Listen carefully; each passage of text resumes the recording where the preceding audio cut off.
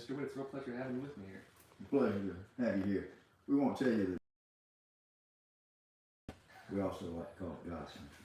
Folks, we're going to be answering questions. We're doing a live right now, of course. We're also going to be publishing a full interview. Sit down. In the meantime, if you have questions for Mr. Wood here or myself, please leave them in the chat. We'll try to get to them. But first off, Mr. Wood, of course, you're representing these different lawsuits on election fraud. Tell us where things are at, just as an update. Well, I'm actually involved actively in 2 lawsuits, and I'm the plaintiff in both lawsuits. And now I'm the lawyer for myself in both lawsuits. People say, you know, you represent yourself, you have a fool for a client. Well, I don't agree with that. I think I'm in good hands because I'm right about the law. And the cases that I have filed that I refer to as we the people, because I'm a voter, and I think voters have the right to sue for illegalities in their vote. They really focus on Georgia. Georgia's election was unlawful and unconstitutional because the mail-in ballots, absentee ballots, were done under procedure that was part of a consent entered into by the Secretary of State with the Democratic Party, represented in part by Perkins Coie, the Hillary Clinton law firm. And it changed dramatically the absentee ballot procedures. The law in this country is clear, it's unequivocal. In a federal election, a state cannot change its procedures except by an act of the state legislature. That was not done in Georgia, so the November 3rd election was unlawful. It was unconstitutional because it diluted the right of one voter to have that vote, one person, one vote. So they diluted the vote, and they treated the voters in person differently than they treated the people that voted by mail. There were more stringent identification requirements for validity on the in-person voter than there were on the mail-in votes. So I believe that the law is unlawful. The election in Georgia was unlawful. I believe it was unconstitutional. I'm surprised the Supreme Court has not granted their certiorari review yet, but I continue to remain hopeful they will. If they care about this country and the rule of law, they will. And I've just recently filed essentially the same lawsuit relating to the runoff in Georgia set for January the 5th between Kelly Loeffler and her opponent, Warnock, and David Perdue and his opponent, John Ossoff.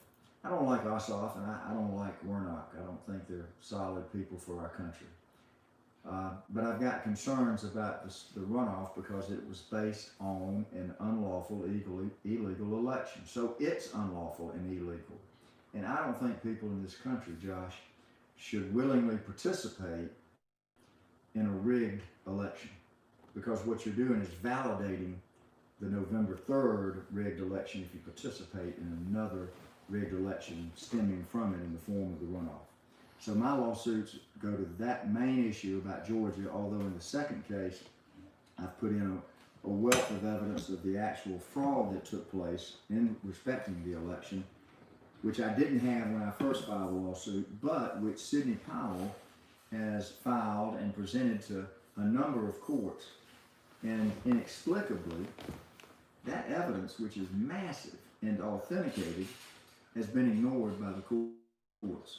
Something's wrong with our judicial system, Josh. Sir, we have a question here from Jackie McGregor. She says, will President Trump enact the executive order from 2018 as he has already been given the information on foreign interference in our election? I think we just need to speak up a bit more too, because I wonder if the audio is a bit low. So again, asking about whether Trump will enact the 2018 executive order. Now he has information that China, Russia, and Iran interfered in our election. I believe that he will, but then I don't speak for the president. I don't represent him, and at the end of the day, only the president is going to make a decision on how to handle this constitutional crisis that will, I believe, ultimately determine whether we live as a free people or whether we live under tyranny. So the answer is, I think the basis for his actions under the executive order exists. I think China attacked this country with the COVID virus. I think they clearly attacked this country by interfering in our national election. I think Iran was involved. It looks like Russia was involved too. So there's a basis, a factual predicate for the president to act. But there are other legitimate bases for the president to take action. Listen, we've heard over the years this phrase that we're in a constitutional crisis. It's almost become a level of, it's almost benign. Everything's a constitutional crisis over the years with the media. This is a constitutional crisis. The fabric of our Constitution is at risk. So we're in the real deal now. So the president's got to use the executive order. He's got to use, if necessary, martial law and the precedent. It's been used 68 times in our country. It's not out of the ordinary, although it's used, I think, judiciously. Abraham Lincoln used it to save our country. Or we've got to use the inherent power of the presidency, the chief executive officer of our country, who has a sworn duty to you and me, to we the people, to faithfully uphold and execute the laws of our country. Legislature passes laws, Supreme Court interprets the law, the president has the duty to execute the law. So he is the person that has the final authority. The buck stops with him on what he needs to do to make sure that our country follows the rule of law. The laws were not followed in this election, Josh. They were blatantly violated. Fraud was rampant. A lot of states did the same thing that Georgia did. They got the governor or even sometimes the local officials were allowed to determine how to deal with the mail-in votes. It has to be done by the legislature. So we've got illegal elections in several states. We've got fraud that permeated almost the entire country, but particularly so in the swing states. The courts have got to open their eyes. They've got to be courageous. They've got to put aside their personal interest, even sometimes their concerns over their own lives. They've got to do the truth, and they've got to follow the rule of law if this country is going to survive with freedom. Now, in terms of this executive order, you've of course talked about Abraham Lincoln before. Great example. And if we look back at history, the state of the country that Lincoln was faced with was that states believed they could have slavery. He said, no, you cannot. And they said, well, we have state rights. We are able to make our own laws. And Lincoln, based on, saying, well, there's limits to that. Of course, brought about martial law essentially, and resulted in the Civil War. Now we in America are facing a very similar crisis, which is that local states again are saying, well, we are in charge of election laws. And the country is looking at almost the exact same situation, just instead of saying we can choose how we determine the freedom or slavery of our citizens, saying we can determine the, say, integrity or lack of integrity in our election system. And Trump is faced with a very similar circumstance. How do you see this playing out? Well, let me try to make it simple because I don't profess to be an election law expert. But I know that our country is, as it's described, the United States. So we have a country that is made up of 50 states, but we are united by the Constitution of the United States. So a state can assert that it has the right to govern its own election, but wait a minute. On a federal election, it's got to do it within the framework of the Constitution. That's what the states signed on to when we created this country and made it the United States of America. Lincoln tried to cut a deal before the Civil War started, and he was going to allow the states in the South that had slavery to keep it. But it was the South that said, no, we won't take your deal, because they were afraid that one by one they would start taking away the legality of slavery. And so they drew the line in the sand. South Carolina seceded from the Union, and the war began. Lincoln tried to avoid war. I think President Trump is trying to avoid civil unrest and would love to avoid what I think is inevitable, and that is a war with China. Now, when I say a war with China, I don't want anybody to start thinking about nuclear bombs going back and forth, because we don't fight wars until we fight the final war with nuclear bombs, because that's going to be annihilation. China attacked us with the COVID virus. It's a biological weapon. They killed over 200,000 Americans. Compare that to the number of people that died at Pearl Harbor. Compare that to the number of people that died in 9/11 and get mad, get angry. These people came over here with a virus and they killed over 200,000 people of 200,000 of our fellow citizens. They tore up our businesses, they tore up our economy. They had people running us into our homes, tell us we had to wear masks, tell us how many people we could have in our house, tell us when our businesses could be open and closed, tell us how we could worship our God and control our churches. It's time to get angry about that, America, because that was China. Don't make any mistake about it. It was planned. You can go look at a documentary, Indoctrination, just like it sounds. Indoctrination, one word. I helped finance that documentary with a man named Mickey Willis. That documentary tells you the truth.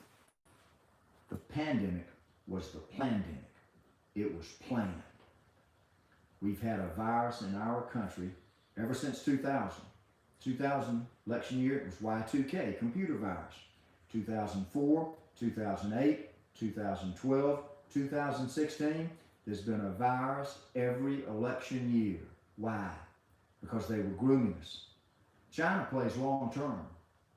China's been taking over this country with communism for the last 2 plus maybe 3 decades. They said publicly they'd take our country over by 2049. They moved it to 2030. Now they've moved it to 2020. The communist influence permeates our governments, the Democratic Party, the Republican Party, our legislators, people I think that even work for the President of the United States, and our judiciary, either because of ideology or because they've been corrupted with Chinese money, or maybe in some sad instances they are being blackmailed because they got caught in a situation documented by China and they use that type of extortion to control you. America's got to make a fundamental decision that was made back in 1776. Are we going to live free or are we going to live with tyranny?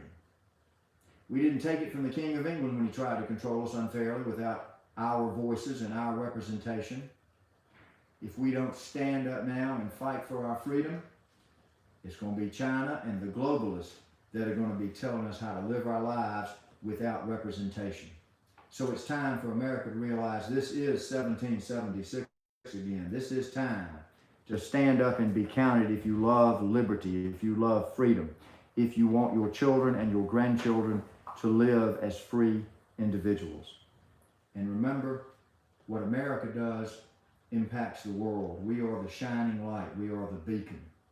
There are countries and people all over the world that have hope that one day they can be free. They get their hope from America. You turn out the lights of freedom on America, you turned out the light of freedom on the world. Now, Trump just said on Twitter that he's not going to initiate martial law. He said this is fake news. What's your response to this? President Trump is a genius. Anybody that says to the contrary doesn't know what they're talking about. I've only met him once, but I've watched him. In fact, I followed him in his career. I read the art of the deal.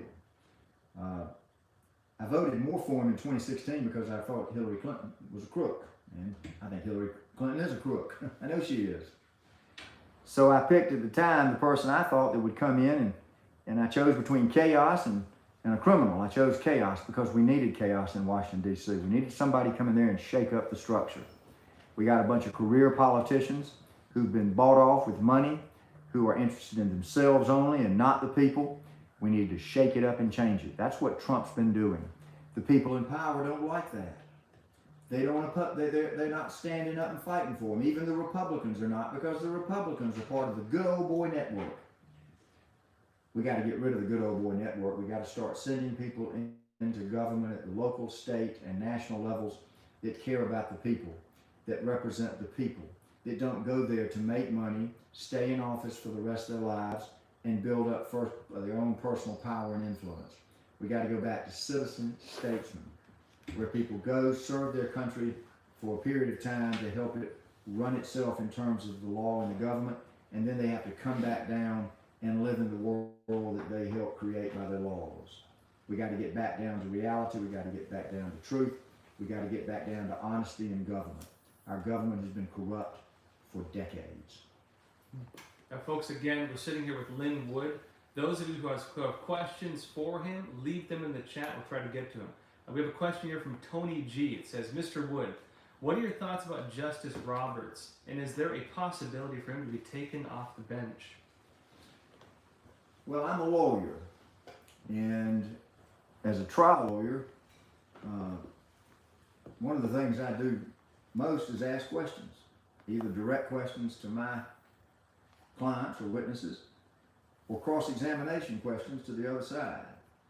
So I believe that this country has got to start asking questions and getting answers. Instead of buying into the mainstream media's propaganda, think for yourself. Ask questions.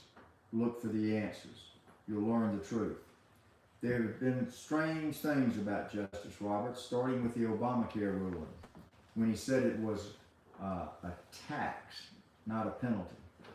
No lawyer in their right mind would agree with that. Why did he go to such an extreme to somehow uphold Obamacare? That's a fair question. Look at some of his other decisions, high-profile decisions that you could say turn on the left or the right side of the political equation. He came into the court as a conservative. On the key decisions, even recent years and recent months, he's ruled as a liberal. Why? What changed his philosophy? I know for a fact, from information that is reliable, that Justice Roberts and Justice Breyer are avid anti-Trumpers. And I've posted some things on Twitter, language that I will not repeat here, but it's pretty revealing about how Justice Roberts feels about the president. Maybe it explains why he's not been advocating that some of the cases before the Supreme Court that would show election fraud or illegality not be heard by the court. That would help Trump not be reelected, wouldn't it? So I think we're entitled to know whether we're being governed in our judiciary by fair and unbiased judges, or whether we've got judges who have a bias and maybe even have some problems in their lives that are being used to control them. I've seen over the last many months Jeffrey Epstein flight logs that were released publicly, and on 2 instances the name John Roberts appears. Now, I don't know whether those flight logs are authentic or not, but nobody's challenged them. I know that John Roberts of Fox News came out immediately and said, I'm not the John Roberts on there. I've never met Jeffrey Epstein, don't know anything about him. Has Justice John Roberts told you that? Has anybody in the media said, well, there's a lot of John Roberts. I don't think a lot of John Roberts were on Jeffrey Epstein's private jet. People of power and influence were, and a lot of them. And one day the truth's going to come out about all of those people and what they were doing on that jet and on that island. But the question's a fair one to ask. The Chief Justice of the United States of America, raise your right hand, tell us the truth, Justice Roberts. Were you on Jeffrey Epstein's plane? If he says no, well, thanks for answering the question. If he says yes, we got a problem in America at the Supreme Court level. We need answers. All America wants is truth. All America wants is the truth about this election. People that are not willing to tell us the truth or let us look into the truth, you better watch out. They got another agenda at work. And it's not an agenda that supports the president, and not an agenda, I believe, that supports freedom. We have a question here from Seek Him TV. Oh, 1 sec, folks. A lot of people are saying they're having trouble with the sound. Let us just get 1 second. We'll fix the sound up. Yeah, sorry. Sorry, we're just fixing the sound here.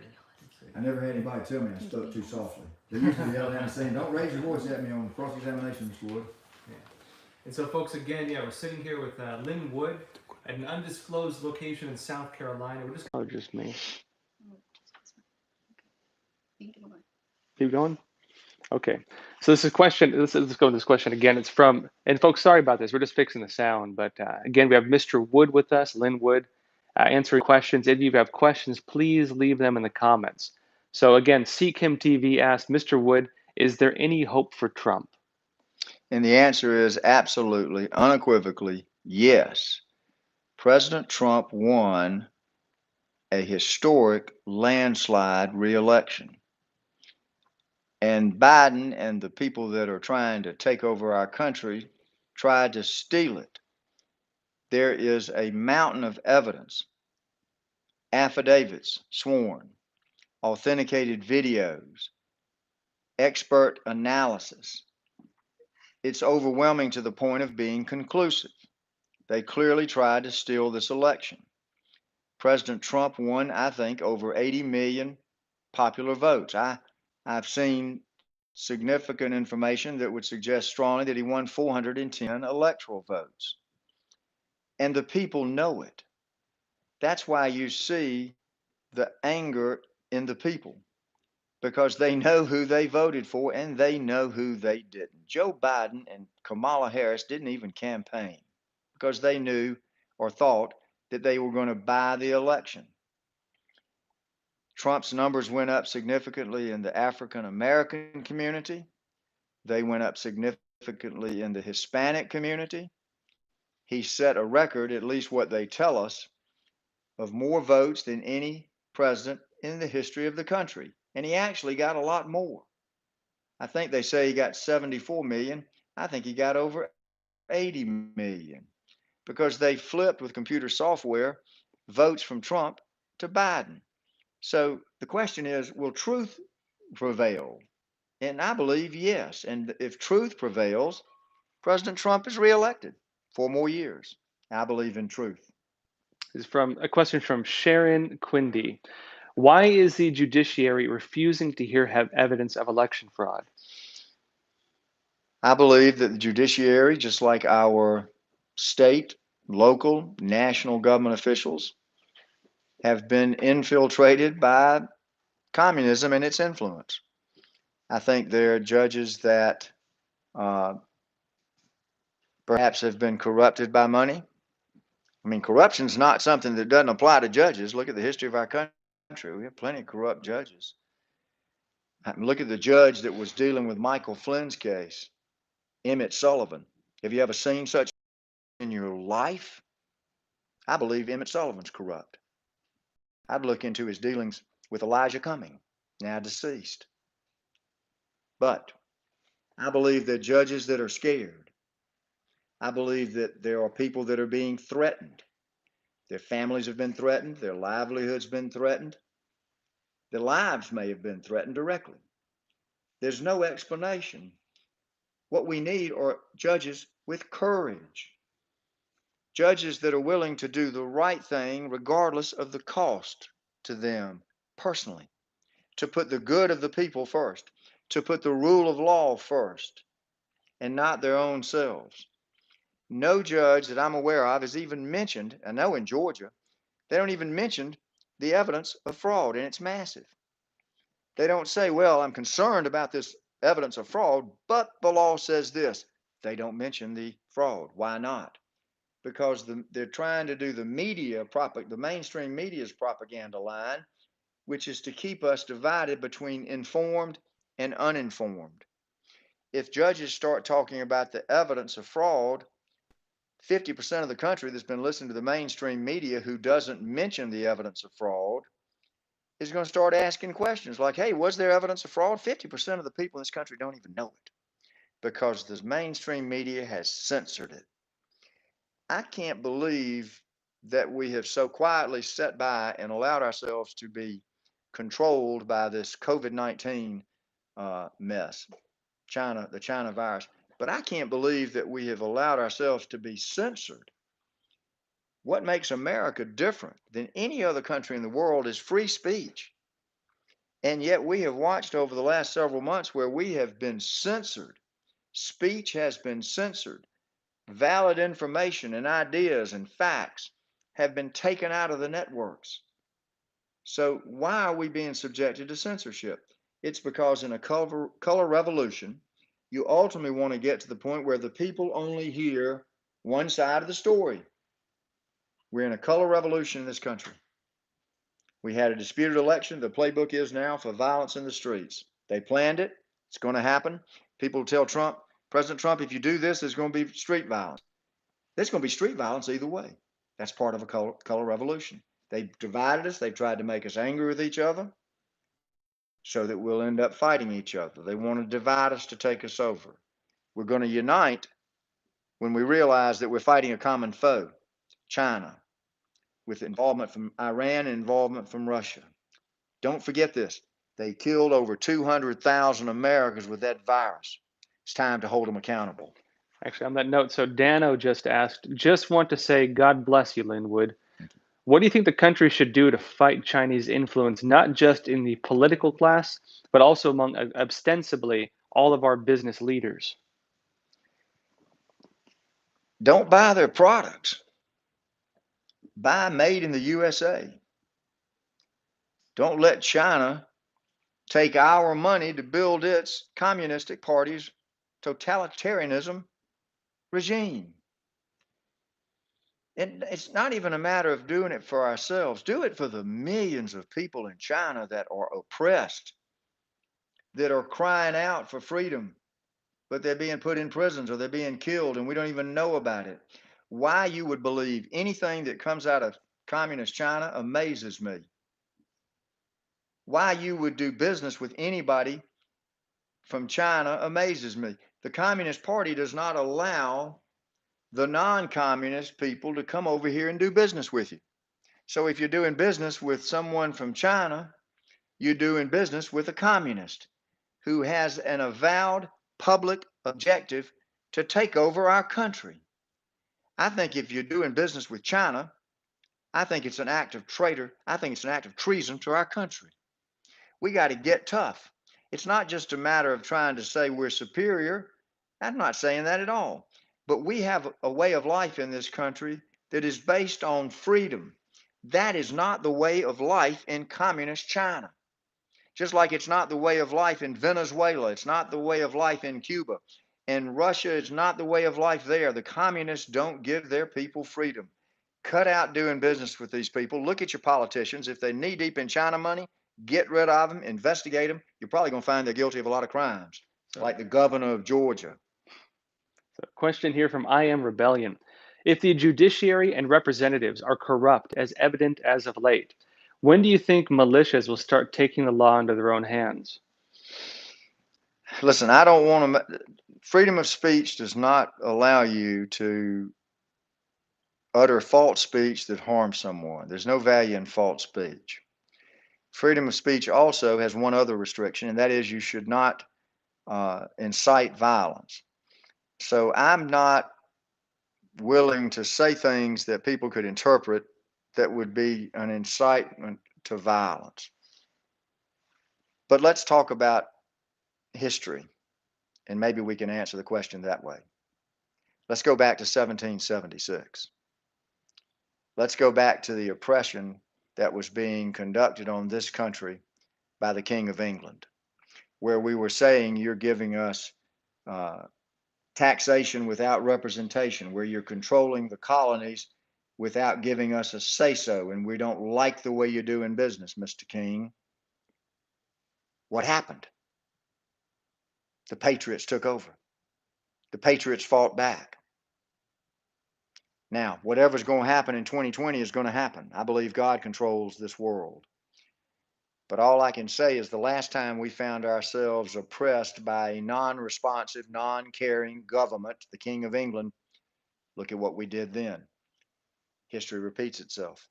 I'll leave it at that. So this is from Philip from London. Merry Christmas, Lynn. Just wanted to say a massive thank you for standing up to these people and exposing their lies, deceit, and corruption. Well, thank you very much, and Merry Christmas to you. I'm afraid this is not going to be the normal Christmas. This was not a normal election. But I do hope that this Christmas people will reflect back on what our country is all about here in America. We're a nation founded under God. We need to get back to that principle. And I would like to think that this Christmas, maybe for the first time in many, many Christmases, people will know that it's not about bright lights and exchanging pretty presents and partying. Maybe they should get back to remembering what Christmas is all about. It's about the birth of Jesus Christ, the Son of God. And maybe it'll be a time where we spend more time praying and less time partying, because we're going to be praying to God, and I believe increasing numbers in this country are doing so. We're praying for God to save us. And in the end, only God can save us. I believe from a spiritual standpoint, we're in the second harvest. I think God's going to show us over the next several weeks that He's real again. And I believe our country is going to go back to where it started, a nation under God. And our lives are going to be simpler. We're going to care more about each other and less about money and fame and fortune. So this is a special Christmas, I believe, in this world. I believe it'll be a special Christmas in America. And I believe with every bone in my fiber, I believe that God will save this country. He's a God of second chances, and our country has gotten so corrupt, we're worse than Sodom and Gomorrah. But I think He's going to give us another chance. And I hope and pray that America takes advantage of it, seeks forgiveness and corrects its ways and gets rid of all the corruption and greed that's in this government and in our business world. It's a question from Aaron Paradiso. How can farmers in California help President Trump in these trying times? Well, I'm not a farmer. I know that. I think what people have to do, and let me say this, I think you have to realize the seriousness of the situation. I think you have to anticipate that this is going to get worse before it gets better. So I think you've got to look after your families. I think you've got to look after your loved ones, your neighbors. You got to prepare for what the enemy might do in terms of street violence or civil unrest. But you got to do what I give you my best example.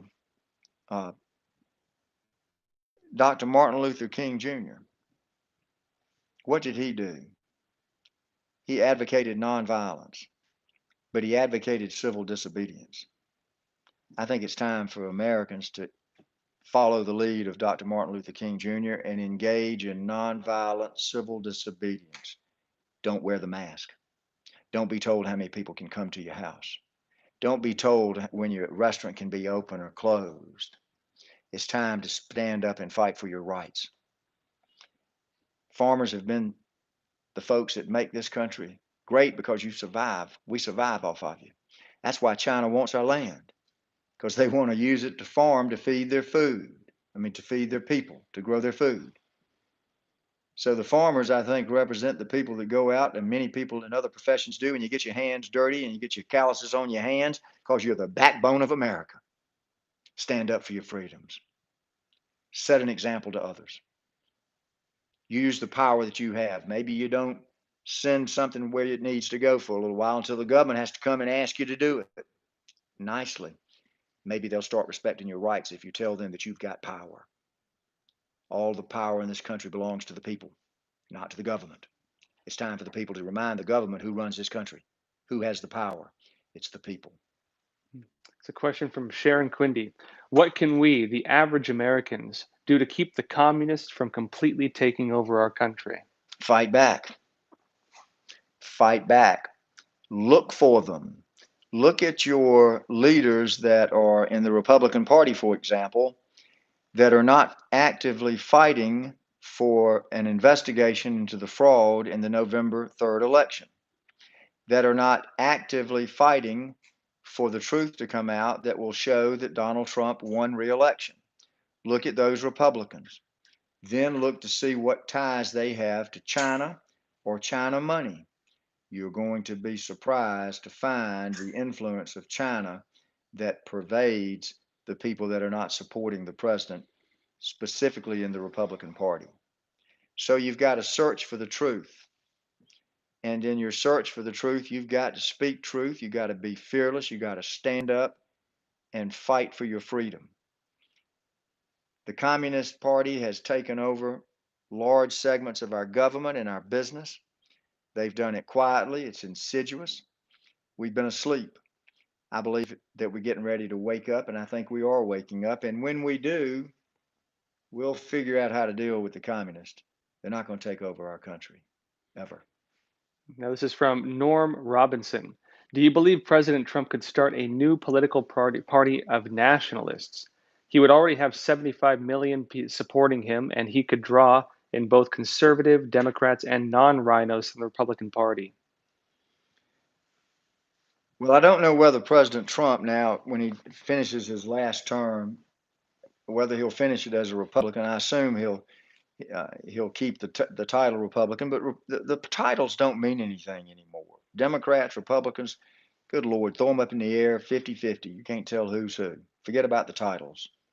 A lot of the Republicans are ruling like Democrats. So do I believe there's a need for another party? The answer to that is yes. I believe that George Washington, our first president, was right when he said that the two-party system would be destructive of our country because you'd have people on one side trying to get what they wanted, and then on the other side, you'd have people trying to get what they wanted. And in the middle, the people would be forgotten. I don't know that I like the term nationalist. It has some connotations I don't think that it deserves. But nonetheless, what I would say is that we need a party of the people. I like to think of it as the party, the 1776 party, the party of American patriots. We need a party of the people that realize that we fight for what we share together instead of always fighting about the things that make us different.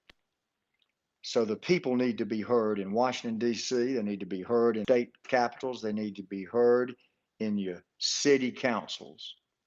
They need to be reminded that the people run this country. So I think we do need a new party. We don't need two parties. We need one party. We need a party of the people. This is from Josh.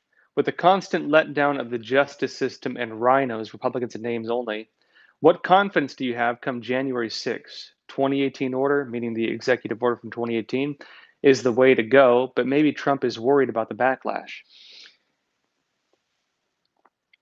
It would be stunning to believe that Donald Trump is going to be worried about the backlash. I mean, they've been backlashing him for 4 years. You know, they loved him when he was in the primary. The media loved him because they thought he was a patsy to run against Hillary. Then when he ran, got the nomination, boy, they turned all of their weapons against him. And they created, by the way, in the media propaganda, what's commonly called Trump derangement syndrome. That's a brainwashing technique from the media. I don't believe Donald Trump is going to run. I think he's facing a level of disloyalty that a president has not faced since Abraham Lincoln. You know, Abraham Lincoln couldn't trust anybody. Go back and read history. It repeats itself. Learn from history. Look at what Abraham Lincoln was facing.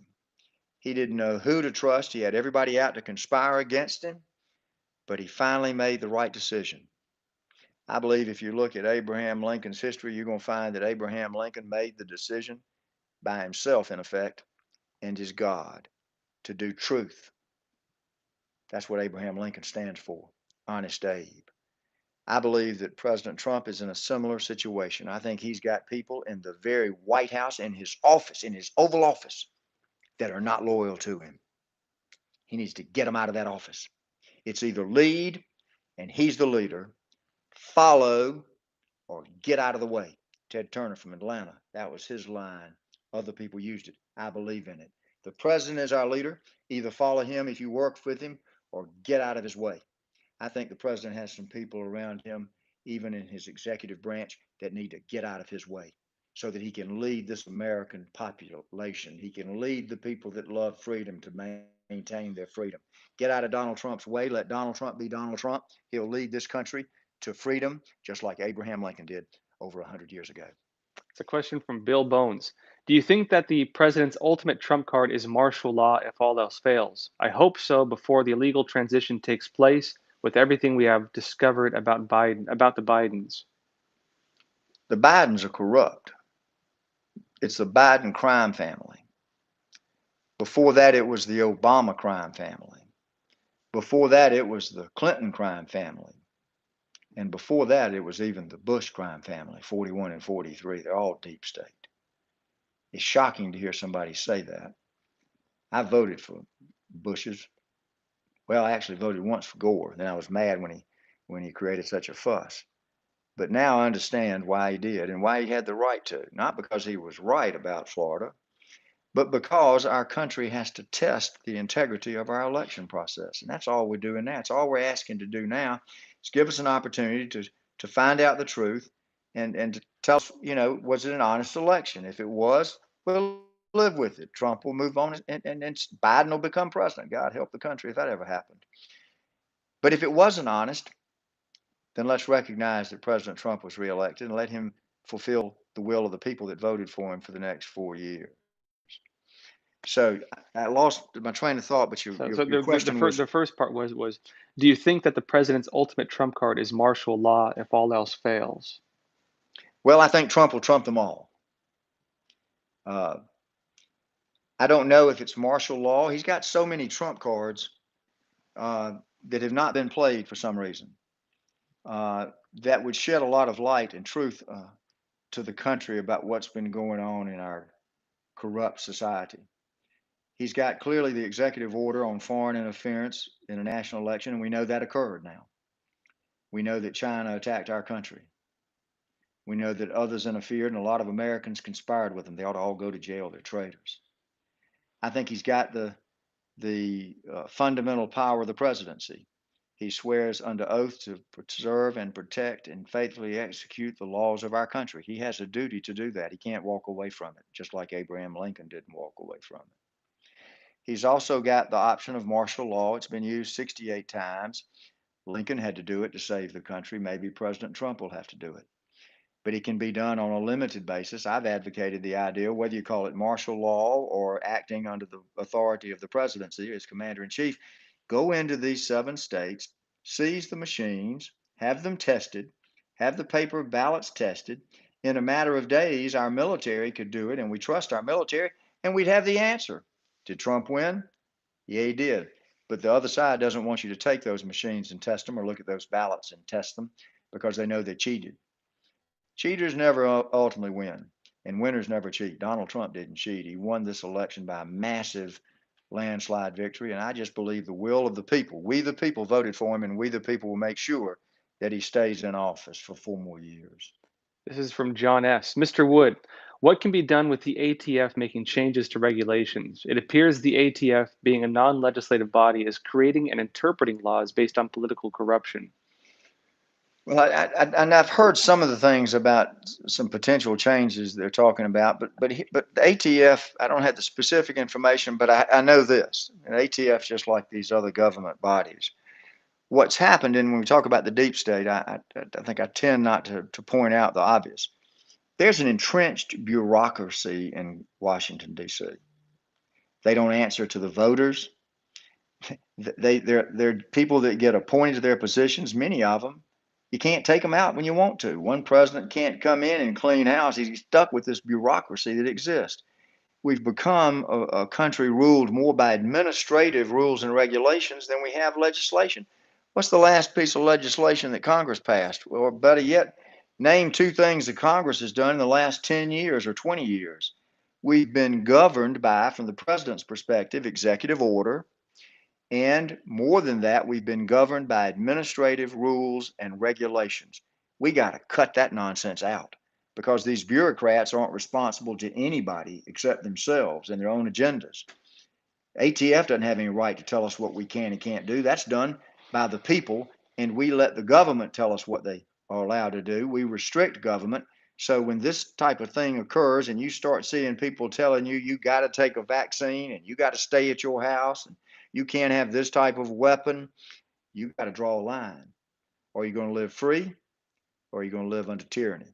I think the bureaucratic system in this country points you very strongly toward tyranny. It's got to be changed. It's got to be eradicated. It's from Kiwi Green.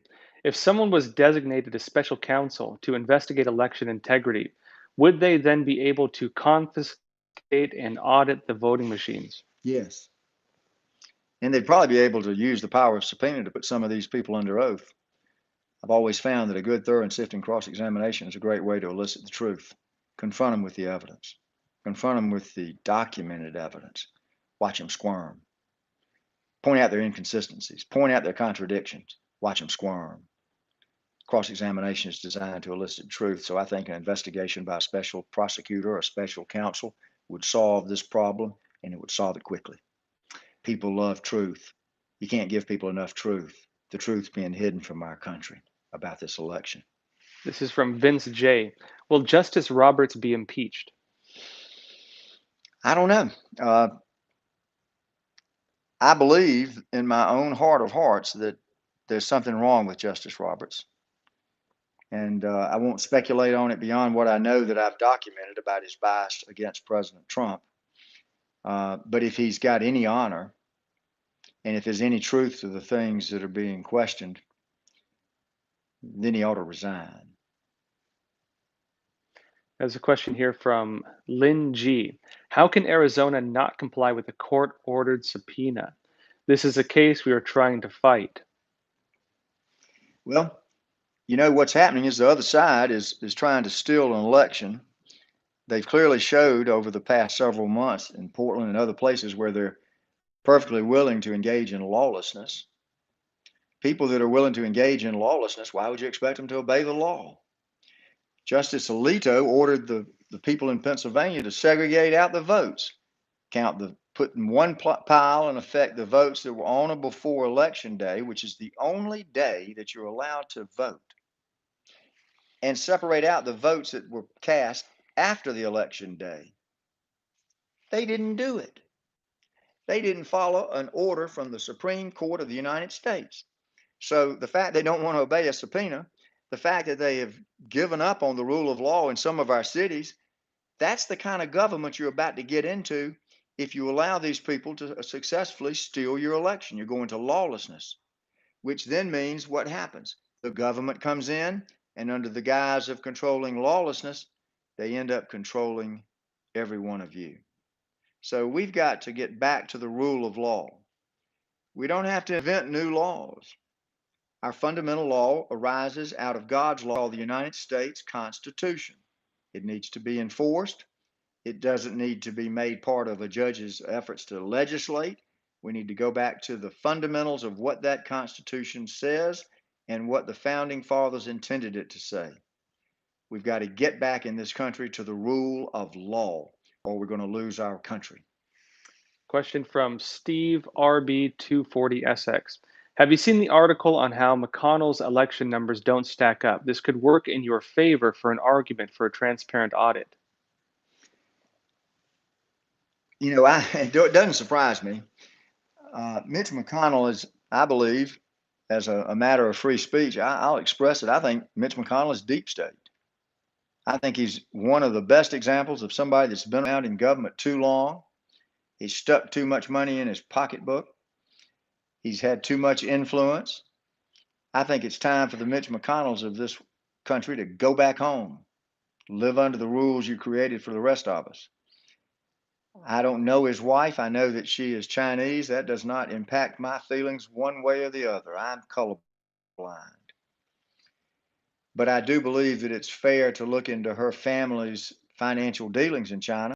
I think it's fair to look into how those financial dealings and interests may have been effectuated by Mitch McConnell.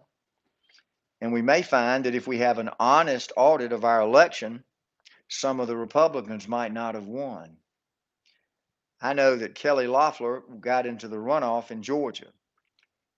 I don't believe that anybody that voted for Donald Trump, very few would have voted for Kelly Loeffler. They would have voted for Doug Collins. But Doug, he didn't make it, and he won't, for some reason, fight for himself or for the president. Makes no sense to me. When something doesn't make sense to me, it troubles me. There's got to be more there. We're not hearing the whole truth. It wouldn't surprise me if in this rigged runoff election, they let Kelly Loeffler win. And then they let John Ossoff win. And then they'd say, well, it was a fair election. A Republican won. Look at Kelly Loeffler. Is she a Republican? We know that Ossoff's not. He's much more aligned with the socialist communist view of the world. Look at Kelly Loeffler. Look what her husband does. Look how much money he's got in China. Look at how she got appointed by Brian Kemp to be the senator when everybody, including the president, wanted Doug Collins. Now, look, this is harsh truth, but we got to face it in this country. If we don't face the truth, the good, the bad, and the ugly, and embrace it and live it and fight for it, we're going to lose our country. We're going to lose our freedom. Last question from the audience here. This is from Aixa V. Thank you, gentlemen. God bless you. Mr. Wood, is there still a hope after January 6th? Yes. I'd like to think that this is going to be resolved by January the 6th, but I also feel like that there's plenty of information that the street violence from the leftist, militants, communists is in place and they're ready to strike us. I don't know how long that's going to last. China is already attacked us. I think they'll attack us again in some form or fashion in this new world of different types of battles. What we've got to do is we've got to defeat our adversaries. We've got to unite against common foes, and we've got to win our freedom. Can that be done between now and January the 20th? Only God knows. And I mean that seriously. God is going to control what happens to this country because He created everything around you. He controls everything around you. So we're in God's hands. And I believe, as a matter of faith, that God is going to save our country and give us another opportunity to enjoy our freedoms until the time comes when He's decided it's time to destroy this world. Only God knows the future. Nobody else does. Yeah, so I guess just as a last question, a lot of people I think are losing hope right now. They see the corruption in our system. They see it at some of the highest levels, frankly. They see foreign countries interfering on elections. They see grassroots organizations carrying out violence on the streets. They see our Constitution not being followed or upheld. You've spoken a lot about truth and the importance of it during this time, but I'm curious, for those people who are losing hope right now, what would you tell them? Fight back. Listen, if you give up, you're lost. If you surrender hope, then you've given up the dream of freedom and the beauty of freedom. Some things in life are worth fighting for. Some things in life are worth dying for. I would suggest to you that if you give up hope, then you've given up the right and the beauty of smelling every day the fresh air of liberty. And you'll be moved into waking up every day with the stench of tyranny. So don't give up. Sometimes it's darkest before the dawn. Sometimes it's when you think you're going to lose it all that you decide to fight back to save it all. If you give up hope, you've given up on America. If you give up hope, you've given up on freedom. If you give up on hope, you've given up on the generations of your family that will follow. Don't give up hope. Find confidence. Be inspired. Fight for freedom. Look at what your ancestors did. Study 1776. If they had given up hope, we would still be living under tyranny. They did not give up hope, and we're free. Don't give up hope, and this country will remain free. It is your duty as an American. Hey, thank you, Mr. Wood. I really Thank you very appreciate much, it. Josh. Thank you, sir. God bless you. Thank you. You too. Now, folks, as always, I really appreciate the support. Please take care of yourselves as always. Stay informed and stay free. Thank you all. Amen.